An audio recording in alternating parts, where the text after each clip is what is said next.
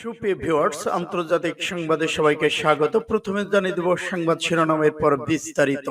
পরমাণু অস্ত্র মোতায়েন নিয়ে যুক্তরাষ্ট্র লেকচার না দিলে খুশি হব, রাশিয়ার হুঁশিয়ারি। ভয়াবহ পরিস্থিতিতে ইউক্রেনের রণক্ষেত্র। এবার তার প্রণালীতে ফের চীনের বিমানবাহী রণতরী। আমাকে অবরুদ্ধ করে রাখা হয়েছে, যে কোনো সময় হত্যা করা হতে পারে, জানালেন ইমরান খান। রাশিয়ার পাইপলাইন স্থাপনার ড্রোন হামলা ইউক্রেনকে দায়ী করছে মস্কো। রুশ সেনাদের বিরুদ্ধে পাল্টা আক্রমণের সম্ভাব্য দিনক্ষণ জানালেন ইউক্রেনের সম্ভাব্য কমান্ডাররা। এবার রাশিয়ার ওপর নতুন নিষেধাজ্ঞা জাপানের।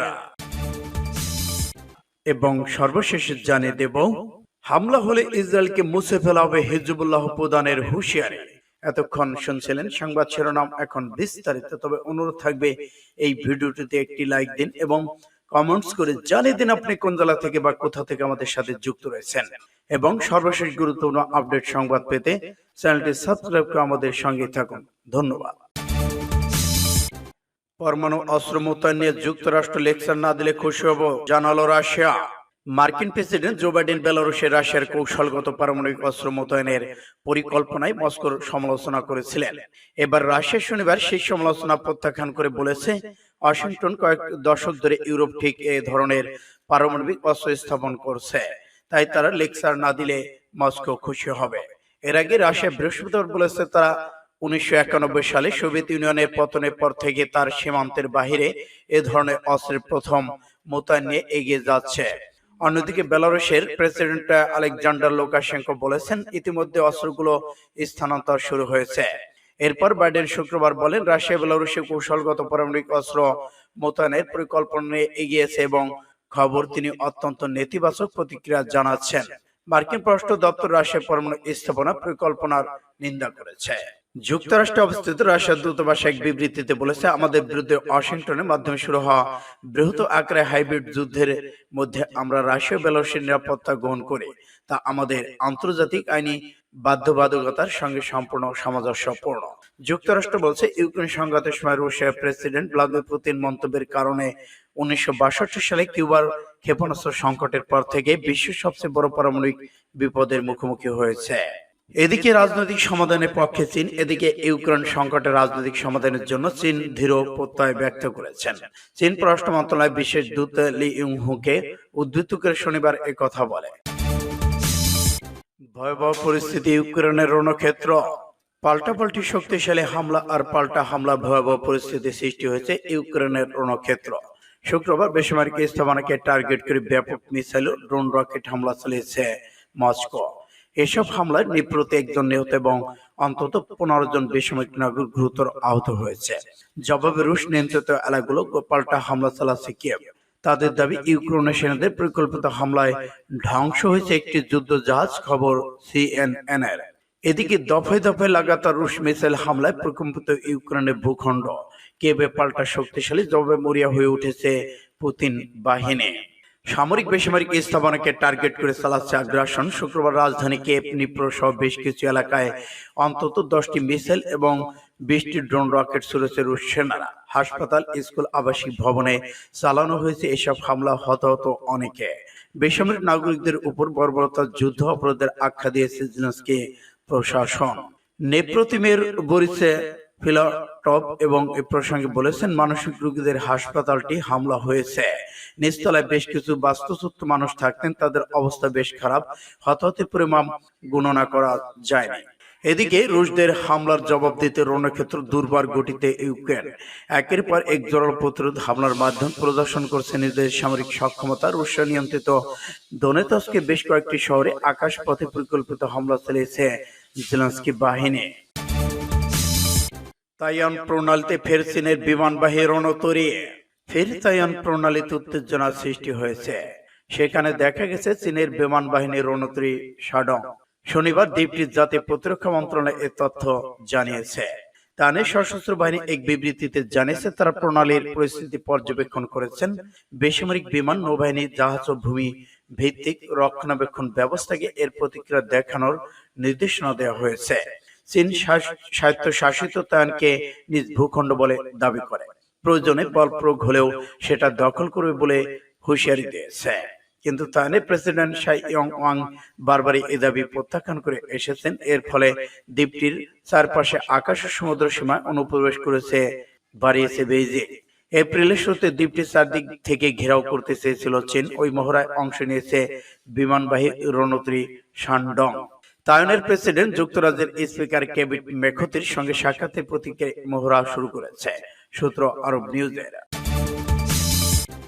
আমাকে অবরুদ্ধ করে রাখা হয়েছে, যে কোনো সময় হত্যা করতে পারে বললেন ইমরান খান।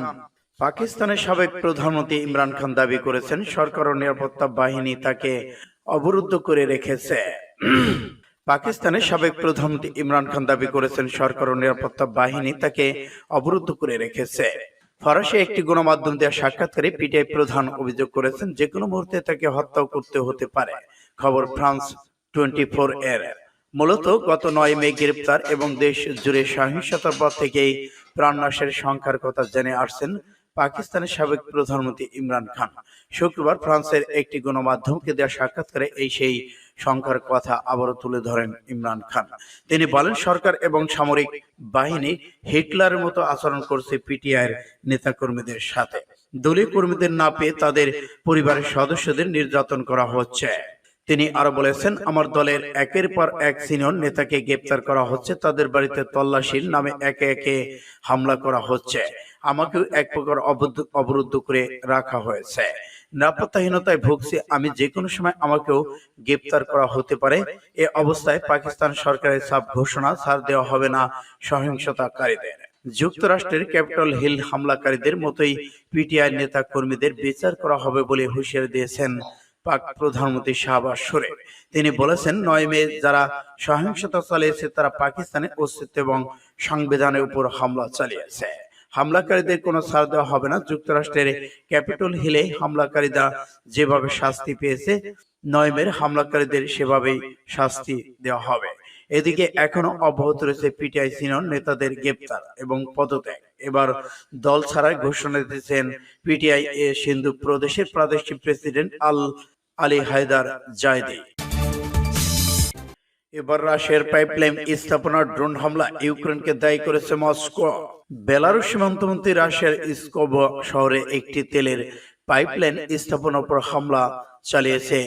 বেলারুশ সীমান্তবর্তী রাশিয়ার স্কোভ শহরে একটি তেলের পাইপলাইন স্থাপনার উপর ড্রোন হামলার একটি অফিস ভবন ক্ষতিগ্রস্ত হয়েছে। এই ঘটনার জন্য রাশিয়া ইউক্রেনকে দায়ী করেছেন। এই স্থানে গভর্নর মিখাইলো বেদেরনিকভ আজ শনিবার সামাজিক মাধ্যম টেলিগ্রামে এক পোস্টে জানান, এই দুটি ড্রোন রাশিয়ার তেল পাইপলাইন স্থাপনার উপর হামলা চালার যার কারণে সেখানে প্রচন্ড বিস্ফোরণ ঘটে। তিনি এই ঘটনার জন্য ইউক্রেনকে দায়ী করেছেন। তবে এই ঘটনায় কেউ হতাহত হয়নি। এর আগে রাশিয়ার পাইপলাইন ও তেল স্থাপনার উপর হামলা হয়েছে এবং সেসব ঘটনা মস্কো ইউক্রেনকে দায়ী করেছেন। সূত্র 5 টুডে SI। রুশ সেনাদের বিরুদ্ধে পাল্টা আক্রমণের সম্ভাব্য দিনক্ষণ জানালেন ইউক্রেনের কমান্ডার। বেশ কয়েক মাস ধরে ইউক্রেন তাদের দখল করা অঞ্চলগুলো ফিরে পেতে রুশ বাহিনীর বিরুদ্ধে পাল্টা আক্রমণের যাওয়ার পরিকল্পনা করছে। এ লক্ষ্যে দীর্ঘদিন ধরে পশ্চিমা মিত্রদের কাছ থেকে সমরাস্ত্র সংগ্রহের পাশাপাশি সেনাদের প্রশিক্ষণ দিচ্ছে তারা। ইউক্রেন নিরাপত্তা বাহিনীর শীর্ষস্থানে একজন কমান্ডার জানিয়েছেন, রাশিয়ার সামরিক বাহিনীর বিরুদ্ধে বহুল প্রতীক্ষিত পাল্টা আক্রমণ শুরু করতে ইউক্রেন প্রস্তুত রয়েছেন। বিবিসির সঙ্গে সাক্ষাৎকারে ইউক্রেনের জাতীয় নিরাপত্তা প্রতিরক্ষা কাউন্সিলের সচিব ওয়েলকিস দানিলভ এই তথ্য জানিয়েছে। তবে দানিলভ পুতিনের বাহিনীর দখল করা ভূমি পুনরুদ্ধারে ইউক্রেনের সামরিক বাহিনী কবে নাগাদ রাশিয়ার বিরুদ্ধে পাল্টা আক্রমণ শুরু করতে পারে সে বিষয়ে সুস্পষ্ট কোনো ধারণা দেন। তিনি বলেছেন, দখলদার বাহিনীর বিরুদ্ধে পাল্টা আক্রমণ আগামীকাল তার পরের দিন বা এক সপ্তাহের মধ্যে শুরু হতে পারে। তিনি সতর্ক করে বলেছেন, এ নিয়ে সিদ্ধান্ত গ্রহণের ক্ষেত্রে ইউক্রেন সরকারের ভুল করার কোনো সুযোগ নেই, কারণ এটি একটি ঐতিহাসিক সুযোগ যা আমরা হারাতে পারি না। সাক্ষাৎকার বাগপুর থেকে পুতিনের ভাড়াটে অগানার বাহিনীর একটি অংশ প্রত্যাহার করার বিষয়টি নিশ্চিত করেন দানিলভ। তবে তারা আরো 3টি স্থানে পুনরায় সংগঠিত হতে জানিয়েছেন। বাগপুর থেকে তাদের সরে যাওয়ার অর্থ এই নয় যে তারা আমাদের সঙ্গে লড়াই বন্ধ করে দেবে। বেলারুশের রাশিয়ায় পারমাণবিক অস্ত্র মোতায়েনের শুরু বিষয়ে জানতে চাইলে দানিলভ বলেছেন, এটি নিয়ে তারা বিচলিত নয়। তিনি বলেছেন, আমাদের কাছে এটি তেমন গুরুত্বপূর্ণ কোনো খবর নয়। রাশিয়ার উপর নতুন নিষেধাজ্ঞা জাপানের। রাশিয়ার উপর নতুন করে নিষেধাজ্ঞা আরোপ করেছে জাপান। রাশিয়ার সামরিক খাতের পাশাপাশি নির্মাণ প্রকৌশল খাতকেও নিষেধাজ্ঞার আওতায় আনা হয়েছে। শুক্রবার নতুন এ নিষেধাজ্ঞা আরোপ করে জাপান। খবর দ্য মস্কো টাইমসের। জাপান সরকারের শীর্ষ স্থানীয় মুখপাত্র হিরোকাজু মাতসুনো জানান, রাশিয়ার ব্যক্তি গোষ্ঠীর সম্পদ জব্দ করা হয়। সামরিক বাহিনীর সংস্থাপনগুলোকে পণ্য রপ্তানির উপর নিষেধাজ্ঞা আরোপ করা হয়েছে। একই সঙ্গে রাশিয়ার নির্মাণ ও প্রকৌশল পরিষেবা রপ্তানির উপর নিষেধাজ্ঞা করা হয়। তিনি আরো জানান, রুশ সেনা কর্মকর্তা সহ ৭৮টি সংস্থা ১৭ ব্যক্তির সম্পদ জব্দ করা। একই সঙ্গে রুশ মোবাইল ফোন অপারেটর মেগাফোন সহ ৮০টি সংস্থা রপ্তানির উপর নিষেধাজ্ঞা দিয়েছে জাপান। গত সপ্তাহে হিরোশিমায় জাপানে আয়োজিত G7 শীর্ষ সম্মেলনের পর টোকিওর সর্বশেষ নিষেধাজ্ঞা জারি করা হয়। সম্মেলনে জোটের নেতারা রাশিয়াকে দুর্বল করার লক্ষ্যে প্রযুক্তি, শিল্প, সরঞ্জাম ও পরিষেবার উপর নিষেধাজ্ঞা আরোপের ব্যাপক। গত বছর ফেব্রুয়ারিতে ইউক্রেনের সেনা পাঠানোর পর থেকে রাশিয়ার উপর একের পর এক নিষেধাজ্ঞা আরোপ করা হয়। কিয়েভ ও তার মিত্র মস্কোর বিরুদ্ধে কঠোর ব্যবস্থা নেওয়ার আহ্বান জানান। সূত্র ইন্ডিয়া টুডে। হামলা হলে ইসরায়েলকে মুছে ফেলা হবে, হিজবুল্লাহ প্রধানের হুঁশিয়ারি। লেবাননের ইসলামী প্রতিরোধ আন্দোলন হিজবুল্লাহর মহাসচিব সৈয়দ হাসান নাসরুল্লাহ বলেছেন, ইহুদিবাদী ইসরায়েল যদি কোনো ক্রমে হিজবুল্লাহর বিরুদ্ধে হামলা চালায় তাহলে তা বড় যুদ্ধের দিকে মোড় নেবে এবং ইসরায়েলকে মুছে ফেলা হবে। দক্ষিণ লেবানন থেকে ইহুদিবাদী ইসরায়েলের সেনা প্রত্যাহারের বার্ষিকী উপলক্ষে গতকাল বৃহস্পতিবার এক টেলিভিশন ভাষণে তিনি এ ঘোষণা করেন। ২০০০ সালে ২৫ মে ইসরায়েলি সেনারা দক্ষিণ লেবানন থেকে হিজবুল্লাহর প্রতিরোধের মুখে পালিয়ে যেতে বাধ্য হয়। এর আগে দক্ষিণ লেবাননে ২২ বছর দখলদারিত্ব কায়েম করে রেখেছিল ইসরায়েল সেনারা। ইসরায়েল সম্প্রতি হিজবুল্লাহর বিরুদ্ধে বড় রকমের সামরিক অভিযানের যে হুমকি দিয়েছে তার জবাব দিতে গিয়ে হিজবুল্লাহর মহাসচিব ইসরায়েলকে লক্ষ্য করে বলেছেন, তোমরা আমাদেরকে এ ধরনের হুমকি দিও না, বরং আমরা তোমাদেরকে বৃহত্তর যুদ্ধের বিষয়ে হুঁশিয়ারি করছে। যুদ্ধ শুরু হলে লক্ষ লক্ষ হিজবুল্লাহ যোদ্ধা নিয়ে যুদ্ধক্ষেত্রে ভরে দেওয়া হবে, কারণ আগের চেয়ে হিজবুল্লাহ যোদ্ধা অনেক বেশি বেড়েছে। তিনি বলেন, দিন দিন প্রতিরোধ আন্দোলন পরিসর বাড়ছে এবং হিজবুল্লাহর অর্থনৈতিক সামরিক সক্ষমতা বিরাট পরিবর্তন এসেছে। সূত্র পাঁচ টুডে SIB।